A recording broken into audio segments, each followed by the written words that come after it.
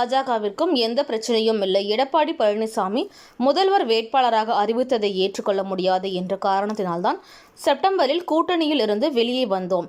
TTV Dinakaran பேட்டி. 2006 சட்டமன்ற தேர்தலில் விஜயகாந்த் ஏற்படுத்திய தாக்கத்தை விட விஜய் அதிகமான தாக்கத்தை ஏற்படுத்துவார். செங்கல்பட்டு மாவட்டம் கிழக்கு தாம்பரம் கேம்ப் ரோடில் தனியார் திருமண மண்டபத்தில் தாம்பரம் சட்டமன்ற தொகுதி அமமுக செயல் வீரர்கள் கூட்டம் செங்கல்பட்டு மாவட்ட செயலாளர் கரிகாலன் ஏற்பாட்டில் நடைபெற்றது. இதில் சிறப்பு அழைப்பாளராக டிடிவி தினகரன் கலந்து கொண்டு நிர்வாகிகளிடம் பேசினார். முன்னதாக செய்தியாளர்கள் சந்தித்து பேசிய அமமுக பொதுச் செயலாளர் டிடிவி தினகரன், வருகிற தேர்தலில் அமமுக இடம்பெறும் கூட்டணியில் வெற்றி பெறும் ஆட்சி அமைக்கும். அமமுக தேர்தலை நோக்கி தொடர்ந்து பயணித்துக் கொண்டிருக்கிறோம். டிசம்பர் மாதம் தேர்தலுக்கான பிரச்சாரம் தொடங்கும். கூட்டணி குறித்து கேட்டதற்கு, எனக்கு தெரிந்தவரை ஆளும் கட்சி திமுக கூட்டணி, தேசிய ஜனநாயக கூட்டணி, விஜய் தலைமையில் கூட்டணி, சீமான் தலைமையில் ஒரு கூட்டணி, 4 கூட்டணிகள் வர இருக்கிறது. அமமுக கூட்டணி நிலைப்பாட்டை டிசம்பர் மாதம் தெரிவிப்பதாக கூறினார். எனக்கு பாஜகவிற்கும் எந்த பிரச்சனையும் இல்லை. எடப்பாடி பழனிசாமி முதல்வர் வேட்பாளராக அறிவித்ததை ஏற்றுக்கொள்ள முடியாது என்ற காரணத்தினால்தான் செப்டம்பரில் கூட்டணியிலிருந்து வெளியே வந்தோம். 2006 சட்டமன்ற தேர்தலில் விஜயகாந்த் ஏற்படுத்திய தாக்கத்தை விட விஜய் அதிகமான தாக்கத்தை ஏற்படுத்துவார். விஜயகாந்த் வருகையால் திமுக, அதிமுக பல தொகுதிகளில் வெற்றி வாய்ப்பை பதித்தது. செங்கோட்டையனிடம் அடிக்கடி பேசுவேன். இன்றும் கூட செல்போனில் பேசினேன்.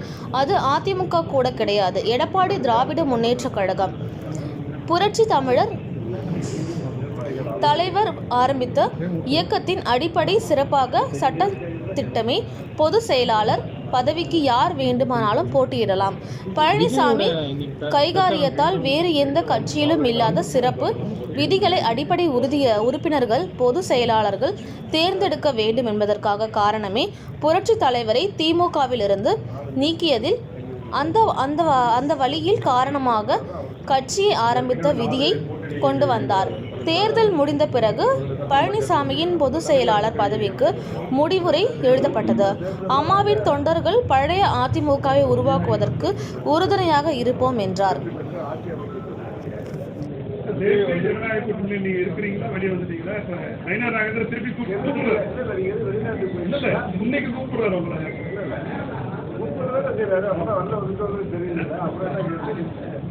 அதுக்கு என்ன பதில்? மைனா நாகேந்திரன் அழைச்சிருக்காரு. ஓபிஎஸ்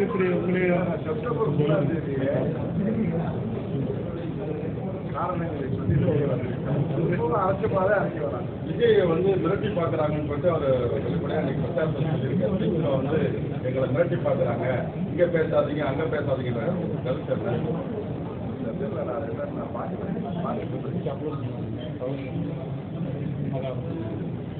2027 தேர்தலில் நீங்க எந்த மாதிரி ஒரு கூட்டணி அமைக்கலாம்?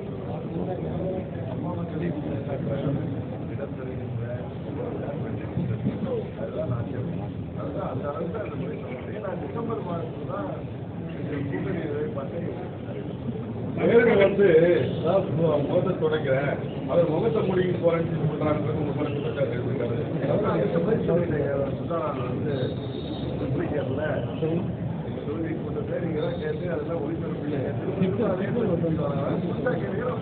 தமிழக வெற்றி கழகத்தோட கூட்டணி அமைக்கிறதுக்கு வாய்ப்பு இருக்கா?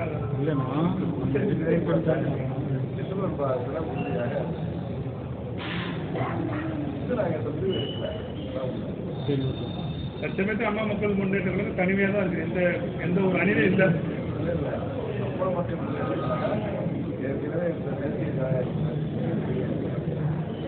தேர்தலை நோக்கி எங்கள் பயணத்தை தொடர்ந்து கொண்டிருக்கிறார்.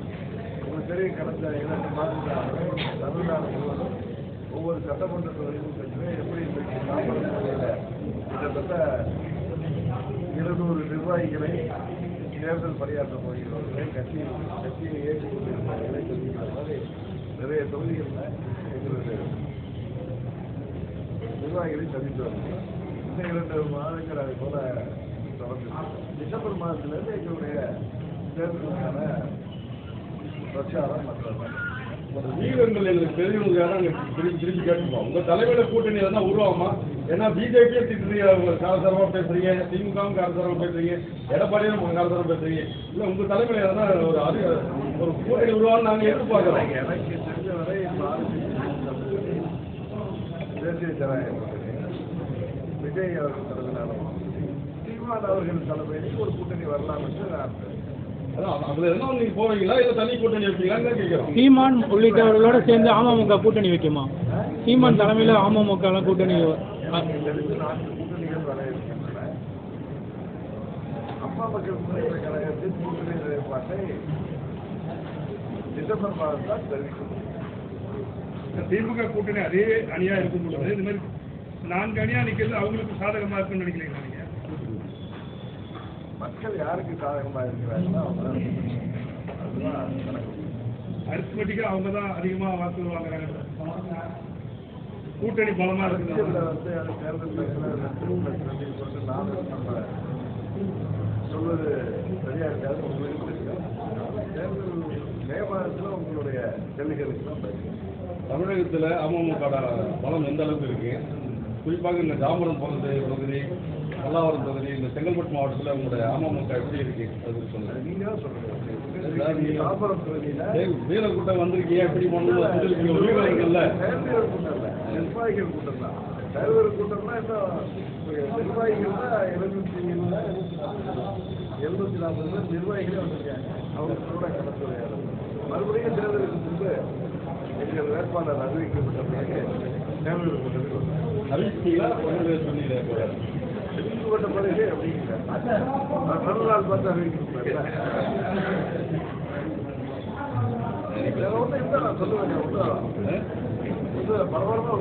பரபரப்பு விஜயோட நீ போயிருக்காரு நாகப்பட்டினம் பரபரப்பா திருவாரூர்ல பயங்கர எழுச்சியா இருக்கு. அந்த விவசாயிகளோட கட்சி பலத்தை எடுத்து பயங்கர ஆரவாரமா இருக்கு, கூட்டங்கள் அதிகமா இருக்கு. அது உங்களுடைய சொந்த மாவட்டம் திருவாரூர், எப்படி பாக்குறீங்க?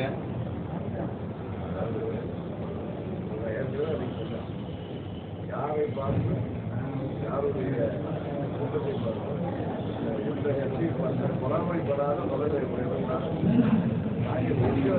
அம்மா மக்கள் முன்னேற்ற கழகத்தின் நோக்கத்தை நிறைவேற்றுவதற்காக பயணித்துக் கொண்டிருக்கிறோம். அதனால் அன்னைக்கு நீங்க கேட்டப்பே விஜயை பற்றி கேட்டப்பே திரும்ப திரும்ப நம்ம அதையே திருப்பி பேச நீங்க தீர்க்கமாக இருக்கீங்க பாஜக கூட்டணி அமைக்கிறது இல்லைன்னு. ஏன்னா அரசியல் நிரந்தர எதிரி இல்லை, நண்பன் இல்லைன்னு சொல்றாங்கல்ல. எனக்கும் பாஜகவுக்கு எந்த பிரச்சனையும் கிடையாது. ஏப்ரல் 11க்கு அப்புறம் வந்து பழனிசாமி முதல்வர் வேட்பாளராக அறிவிக்கப்படுகின்ற பட்சத்தில் அதை நாங்கள் ஏற்றுக்கொள்ள முடியாது என்ற காரணத்தினால்தான் நாங்கள் செப்டம்பர் 1 சின்னம்மாவோட ஓபிஎஸோட நீங்க கலந்துரையாடல் என்ன பண்ணிட்டு இருக்கீங்களா? வீரர்கள் வருகிறீங்களா? தெரிய வரும். எங்களுடைய நிலைப்பாடுலாம் எல்லாத்தையும் வெளிப்படையாக சொல்ல முடியாது. டிசம்பர் மாதம் உங்களுக்கு எல்லாமே தெரிய வரும். நீண்ட காலமா ஒரு அரசியல் இருக்கீங்க, பல்வேறு கட்சி தலைவர்கள்லாம் பார்த்துருக்கீங்க. பொதுவாக ஒரு அரசியல் அமைச்சரோட கருத்து தன்னெழுச்சியா விஜய்க்கு கூட்டம் வருது, அவங்க ஆட்களை திரட்டி வந்து மக்களாக எழுச்சியா வர்றாங்கன்றதை சொல்றாங்க. ஒரு அனுபவமான ஒரு அரசியல்வாதி, உங்களோட கருத்து? அதான் அன்றைக்கே சொல்லுங்க, பஞ்சாப் உள்ள ஒரு மதமே சொன்னாங்க. விஜயோட இம்பாக்ட் எப்படி இருக்குன்னு கேட்டாங்க. எப்படி 2006 சட்டமன்ற பொதுத் தேர்தலில் மறைந்த விஜயகாந்த் அவர்கள் அந்த தேர்தலில் எப்படி ஒரு தாக்கத்தை ஏற்படுத்தினார், அதை விட அதிகமான தாக்கம் இருக்கக்கூடாது. அது எம்எல்ஏவோ அது ஆட்சி அமைக்கிறதுக்கு வழி வைக்கிறது. விஜயகாந்த் அவர்கள் தொகுதியில் வாக்குகள் பெற்றார். ஆனால் அந்த தேர்தலில் திமுக ஆளுங்கட்சியாக வந்தாலும் மைனாரிட்டி 96 சீட் தான் திமுக பரப்பிருக்கு. அவர்கள் கூட்டணியோடு சேர்ந்து மைனாரிட்டி கவர்மெண்ட் பண்ணாங்க. அப்புறம் அம்மா அவர்கள் 60 நாங்கள் வந்து 65 சீட்டை மதிமுக தொகுதி கொடுத்தாங்க. அது எனக்கு தெரிந்தவரை அந்த காலகட்டத்தில் திமுகவுக்கு ஒரு 50 தொகுதிகளில் வெற்றி வாய்ப்புகள் கிட்டத்தட்ட அம்மா அவர்களுக்கு ஒரு 70 தொகுதியில் வெற்றி வாய்ப்பை பாதித்திருக்கிறது.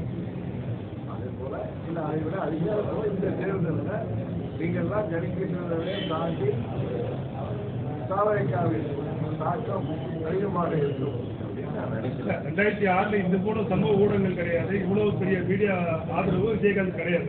இவருக்கு அந்த அளவு ஆதரவு இருக்கும் போது அது எப்படி நீங்க கணிக்கிறீங்க? அப்பவே ஊடகங்கள் எல்லா ஊடகங்களும் இருக்கு, எத்தனை தலை இப்போ வந்து எண்ணிக்கையில் அதிகமாக வந்திருக்கு. இப்போ இந்த யூடியூப் அதெல்லாம் வந்திருக்கே தவிர 2006 எல்லா ஊடகங்களும் இருக்குது.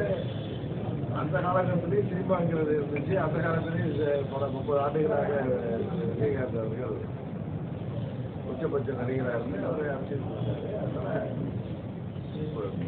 மீடியா அதிகமாக இருக்கலாம், டெக்னாலஜி அதிகமாக இருக்கலாம், அது போல இந்த தாக்கம் வந்து அதை விட அதிகமாக இருக்கணும்.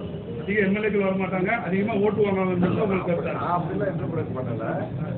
விஜயகாந்த் ஒரு தொழில் ஒரு தொழில் தான் விஜய் ஜெயிப்பாரு. ஜெயிச்சாரு. இப்ப இவர் வந்து அப்படி ஜெயிப்பார்னு சொல்லி அதை விட தாக்கம் அதிகமா இருக்குங்கிறார். அதை வந்து என்னால யாராலையும் கிடைக்க முடியாதுல்ல.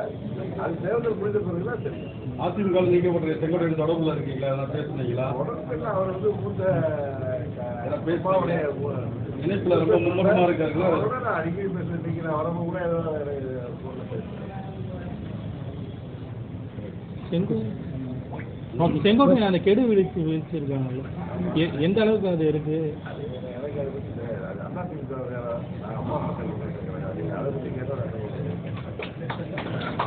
அது அதிமுக கூட கிடையாது. எடப்பாடி திராவிட முன்னேற்ற கழகம் புரட்சித் தலைவர் ஆரம்பிச்ச இயக்கத்தோட அடிப்படையே அந்த அவர் ஆரம்பித்த அண்ணா திராவிட முன்னேற்ற கழகத்தில் ஒரு சிறப்பான சட்டத்திட்டமே பொதுச் செயலாளர் என்பவர் பதவிக்கு யார் வேண்டுமானாலும் போட்டியிடலாம். அவர்கள் கட்சியின் அடிப்படை உறுப்பினர்களால் தேர்ந்தெடுக்கப்பட வேண்டும். அது புரட்சித் தலைவர் ஆரம்பித்து அம்மா அவர்கள் காலம் வரை இருந்தது.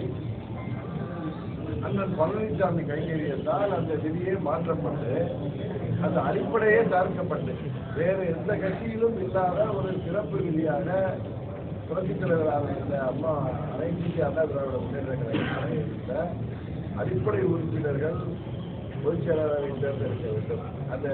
அதற்கான காரணமே புரட்சித் தலைவரை திமுகவுக்காக பல ஆண்டுகள் உழைத்து 67 தேர்தலில் ஆட்சிக்கு வர 71 தேர்தல் ஆட்சிக்கு வர காரணமாக இருந்த புரட்சித் தலைவரை வெறும் ஒரு 2000 பேரை கையில் வைத்துக் கொண்டு அன்றைக்கு அவர் வெளியேற்றப்பட்டார்.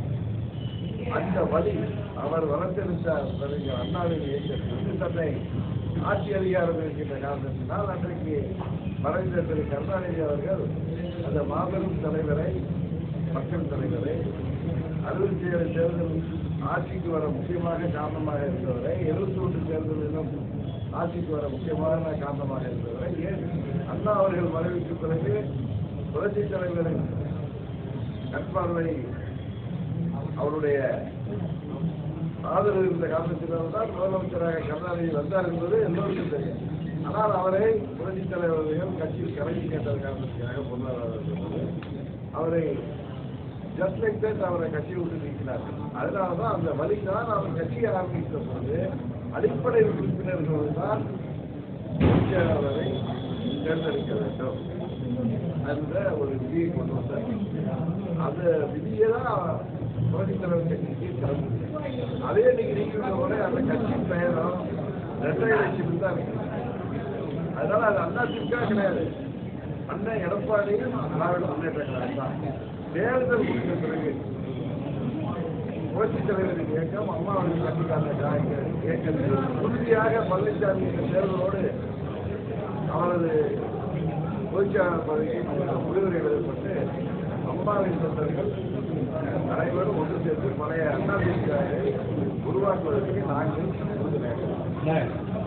கடந்த அதிமுக ஆட்சி காலத்தில் அமைச்சராக இருந்த செந்தில் பாலாஜி அதே கரூர் மாவட்டத்தில் போய் திரு மு.க. ஸ்டாலின் வந்து அவரை வந்து ரூபா பேசி பார்த்துருக்காரு. இப்போ முப்பது விழாவில் அவர் பாராட்டி அதிகளவு பாராட்டி பேசுகிறார். குறித்து எப்படி பார்க்குறாங்க? முதலமைச்சர் பதவி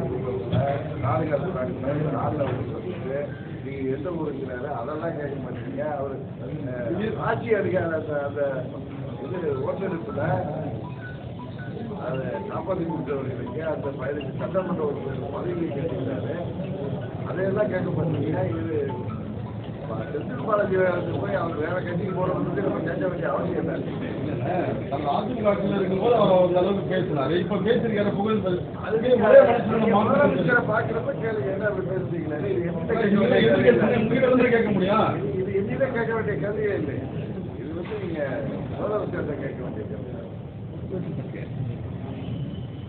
ஓகே சார்.